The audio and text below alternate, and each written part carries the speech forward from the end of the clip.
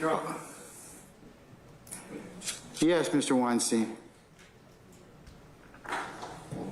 Yeah, Your Honor, I would just like to put on the record for today that I was asked to leave the courtroom, and I was instructed to leave all of my bags, computer behind.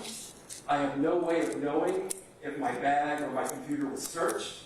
I don't know if any client confidences were leaked during that process. I have no idea what happened. Captain Kendall, can you show Mr. Weinstein the video that we, on this particular proceedings when we were out of the courtroom? Yes, Your Honor. Okay, does that satisfy you? Yes, Your Honor. Okay, all right. Anything else? That's all, Your Honor. Okay, all right. Ladies and gentlemen, unless we have anything else, I'll go ahead and excuse for the evening. Okay? Huh? Yeah. You may.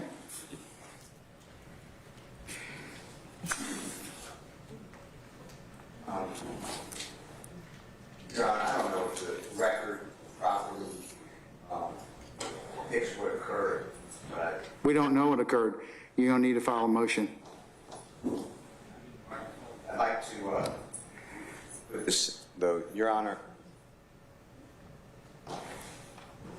Everybody stands when you come in courtroom or leave. We have respect for you. Mr. Williams is innocent. We came here to have a fair trial. And that's what you do. That's why we're going through this process that's taking months. And that's okay, because we're talking about something that could end people's lives. So it's worth it.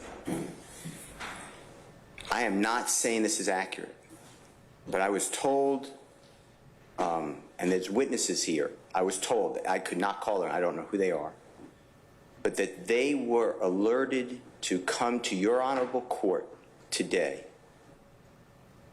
because there was going to be something newsworthy. This media was called allegedly by, now I'm not saying any of these prosecutors, but by somebody with their office. And if that really happened, that's outrageous. To be in the middle of a hearing. That's why I'd like you to file a motion so that we don't further taint the proceedings, or I get a chance to kind of see what everybody's allegations are. And that's, and I don't know if I can file it, but somebody can, because I didn't speak to those people. But Your Honor, that's exactly what we don't want to happen. You know, Mr. Williams doesn't want to start over. He doesn't want to do this again. He is struggling every day. He gets here, as the court knows, 4 o'clock, 5 o'clock in the morning. He gets no sleep. But we are fighting for his liberty. And Your Honor, if this was a orchestrated event, I feel like somebody needs to never do this again in any courtroom. And I know it was orchestrated because I know how Your Honor is. We've all do. We've been before each other a long time now. We were in the middle of a hearing, and to see one of our sheriff officials say, you know, get Mr. Ryan, it was clearly, because nobody would disturb your court. So it was clearly orchestrated with somebody. So my point is, Mr. Williams has done nothing, to my knowledge, to obstruct anything. I have begged this honorable court to consider bond, and I respect your ruling. But the truth of this matter is, today was outrageous, and it does hurt our system of justice. And I ask the court to never, ever allow, if it happened, a spokesperson with the DA's office or anybody to have some inside information and make this really a farce. This was an embarrassment. Thank you, sir. And as I said, if it's with anybody, if you feel that you need to put it in a motion for me to hear and consider, I would invite you to do so. So, and I can go ahead and take that up. Ms. Lowe? Thank you, Your Honor. I'd just like to state for the record and for clarity's sake that there is no way anyone from our office could have predicted the events that occurred today. To suggest that it was orchestrated by our office would necessarily lead to a conclusion that the results of today's events somehow were known to people other than the defendants in this case. And that's not possible. The sheriff's office is doing their very best to ensure that this entire courtroom is safe and secure. And to suggest that somehow this event of today was orchestrated would again necessarily imply that we knew that there would be wrongdoing going on and wanted to capture it on camera somehow. So I categorically object to the idea that the state has somehow done some unethical thing and orchestrated an event that only the defendants knew, and thankfully the Sheriff's Department learned was happening today. No, I'm just, please, just sit down, Mr. Sharp. Just sit down. Okay. Just sit down. Thank you.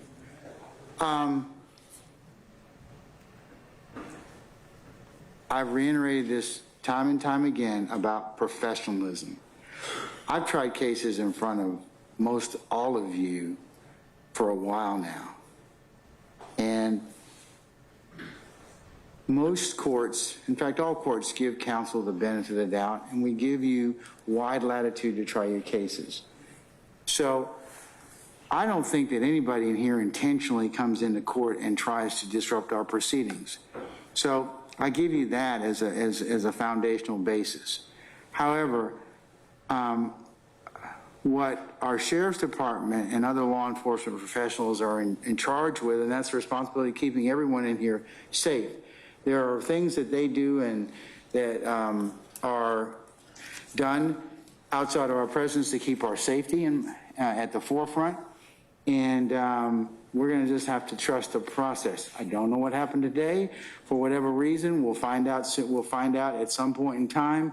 So just let the process proceed, and don't try and cast aspersions on anybody. Okay? That's just the basic, fundamental truth of everything. And the reason I want you to put everything in writing, or you wish to do so, is so that we don't say things that we cannot necessarily prove, or it disrupts the fundamental fairness for all of you to have a fair trial, the state, that is, and each individual defendant. So I just ask you to just keep that in mind. We'll get to the bottom of it sooner or later. And if you put anything in writing, then certainly we'll go ahead and take it. I'm not casting aspersions on anybody. I don't think you should do that to each other at this point in time. And with that, let's recess, and we'll talk to everybody tomorrow. Your Honor, just totally unrelated. I would just like to know if our clients will be here on Friday while we... Yeah, everybody's going to be here on Friday at 3:30 for joint strikes. Yes, sir, because that is a critical stage proceeding. Okay? And, Your Honor, you know, if I need to remind the court, I'm arguing for the Honorable Supreme Court of Georgia in the morning, so I will be here approximately noon. Okay. We're not starting on Friday till 3:30 anyways. I'm saying tomorrow. Tomorrow, that's fine. Yeah, we got you covered for tomorrow. Thank you. All right. Okay. Mr. Shard, anything else? Okay. Anybody else? Okay. All right. Then folks, we'll see everybody tomorrow.